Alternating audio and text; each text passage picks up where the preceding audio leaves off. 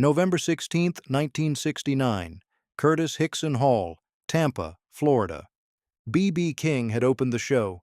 The crowd of 3,500 people was warm and ready. Tickets had cost between $4 and $6. For many of the young people there, this was the most money they had spent on anything in months. For all of them, this was Janis Joplin. She took the stage. She opened with Summertime, slow and building, the voice settling into the room the way it always did, finding the dimensions of the space and filling them.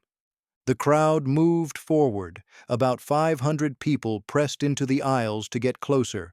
Others danced on top of their chairs. The room was doing what rooms did when Janis Joplin sang. It stopped being a venue and started being a conversation between the voice and the people listening to it. Then the police moved in. The Curtis Hixon Hall manager had apparently told the Tampa police that the aisles needed to be clear. Fire code, safety, the ordinary logic of institutional authority trying to impose order on something that was not interested in order.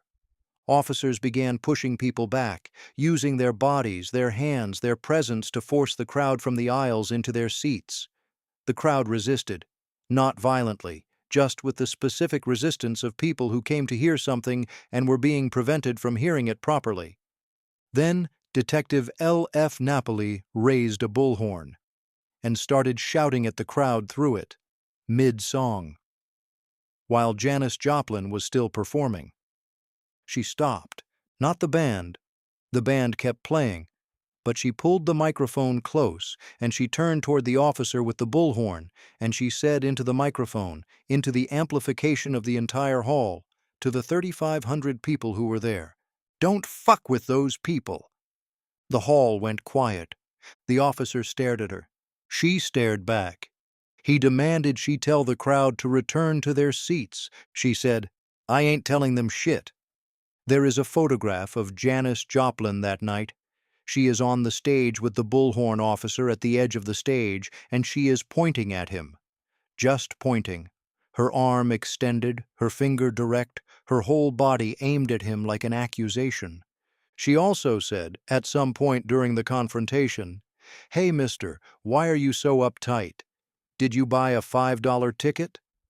The crowd, who had paid between $4 and $6 for their tickets, found this funny.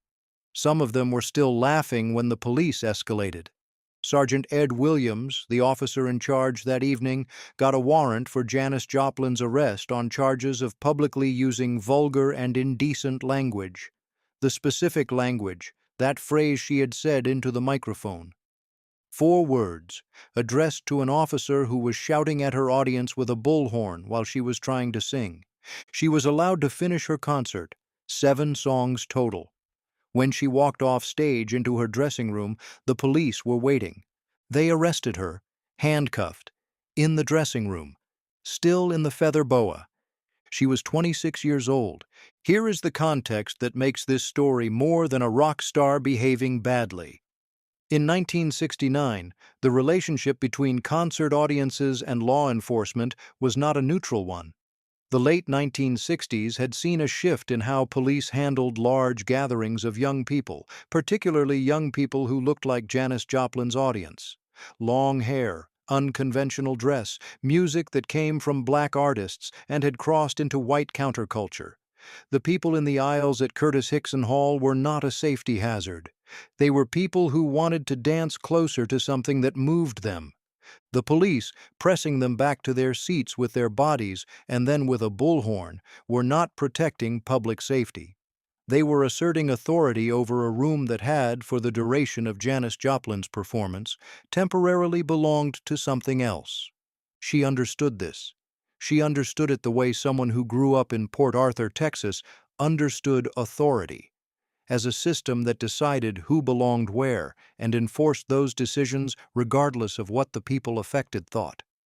Port Arthur had told her she didn't belong, San Francisco had told her she did, and now Tampa was telling her audience they didn't belong in the aisles where they were dancing. She had a microphone. She used it.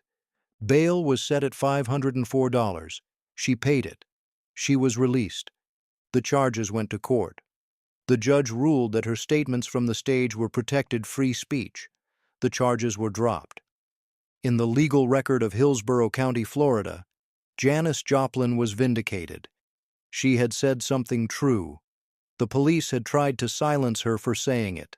The courts had determined she had the right.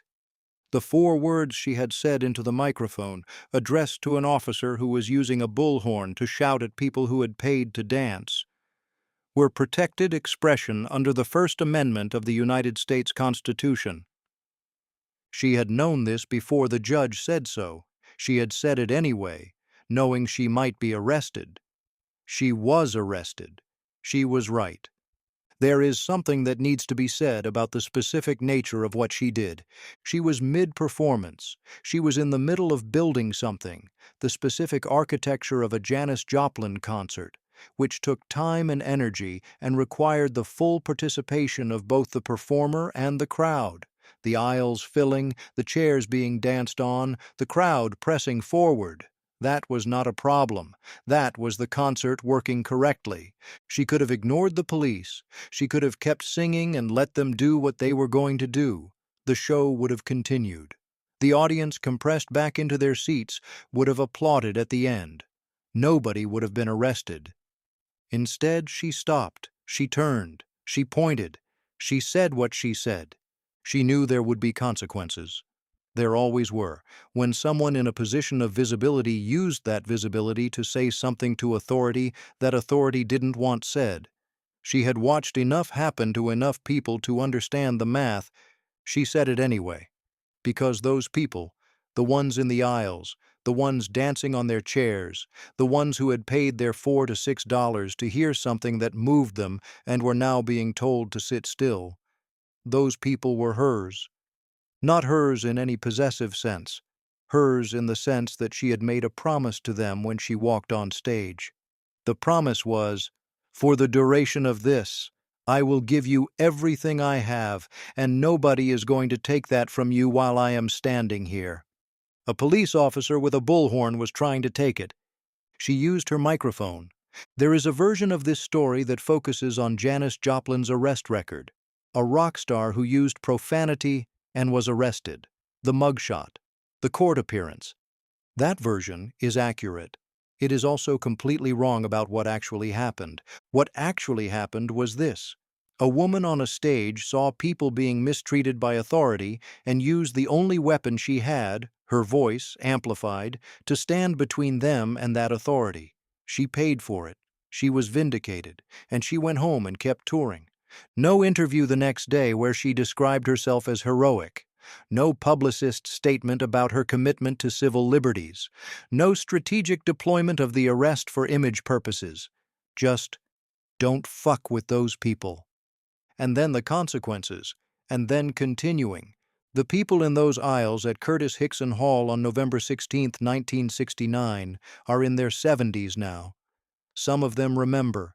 Some of them have told the story to their children, to their grandchildren, of the night they went to see Janis Joplin and the police tried to make them sit down, and she stopped the show and said those words into the microphone and pointed at the officer. The night someone used the biggest platform in the room to say, "Not tonight, not to these people, not while I'm standing here." She didn't know the cameras were rolling. She didn't know the story would still be told 50 years later. She didn't know the judge would rule in her favor, or that the charges would be dropped, or that the mug shot would eventually become one of the most circulated photographs of her later life.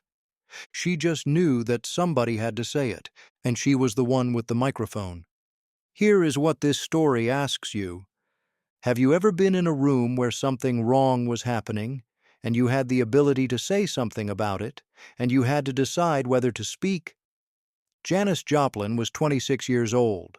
She was mid-performance.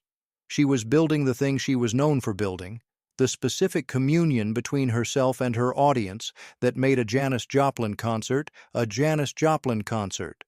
She stopped, she pointed, she spoke. She paid $504 in bail.